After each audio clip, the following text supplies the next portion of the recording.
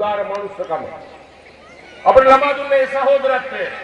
උන්වහන්සේ සත්‍යෝ තිබුණ ඒ දර්ශනය ඉදිරියට ගෙන යන්නට අපි හැමදෙනාම කැප වෙමු කියන කාරණේ ප්‍රකාශ කරමින් සසර වසර දුරු මම ප්‍රාර්ථනා කරනවා මේ බඳු සද්දි විහාරිකයන් වහන්සේලා දුක සබ බෙදා ගන්නට සූදානම්, සාකච්ඡා කරන්නට සූදානම්, ඔවුන්ට ගරු කරන්නට කැමැති, ඔවුන්ට ආදරය කරන්නට කැමැති සද්දි විහාරිකයන් වහන්සේලා හැටියට අපි සසර වසර තුරුම ඉපදේවා.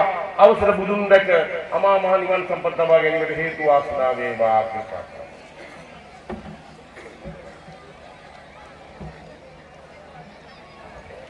අති ගෞරවනීය නායක පින්නතුනි,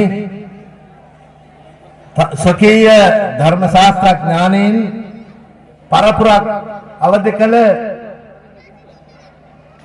ඒ වගේම සකීය දායකකාරකාදීන්ගේ දුක සැප නිරන්තරයෙන් සොයා බලමින් තින්දම්බේ විනාශති කියන ලෝක ස්වභාවයේ බුදු බණට අනුව සංසයට හැකි වේවා කියලා උතුම් ලෙස ප්‍රාර්ථනා කරමින් අවසානයේදී අමා මහ නිවන් සම්පත්තිය ලැබේවායි හිත සිතින් අපි ප්‍රාර්ථනා කරනවා. පින්නතුනි සාදුකාරයක් පවත්වන්න. ඊළඟට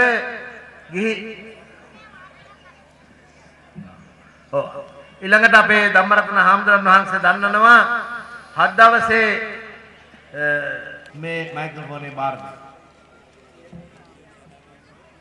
කතාව පැවරී තිබෙන්නේ උන්වහන්සේ